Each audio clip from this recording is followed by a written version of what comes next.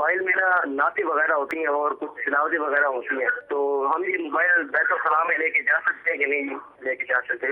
असल में वैसे भी अगर कोई मुकद्दस कागज जेब में हो तो उसका हुक्म ये है कि क्योंकि जेब खुद सातिर है यानी छुपाने वाली है, तो अगर कोई छुपाकर दबाकर लेकर गया है तो उस पर कराहियत का हुक्म तो नहीं आएगा, लेकिन अदब का तकाजा तो यही बताया जाता है कि प्लास्टिक कोडिंग में डालकर लेकर जाया जाए ताकि जो बू है वो इससे छूकर ना गुजरे।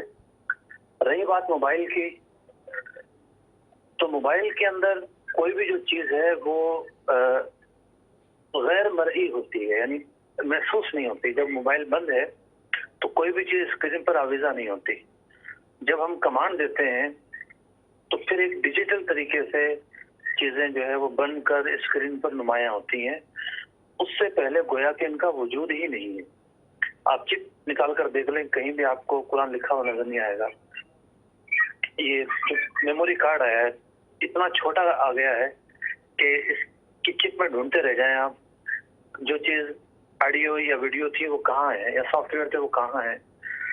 तो सूरत इसकी ये है कि मोबाइल खुद एक मशीन है जो कि अपने डेटे को वक्त ज़रूरत जब कमांड मिलती है तो उस वक्त डिस्प्ले करती है, इसके अलावा डिस्प्ले नहीं करती।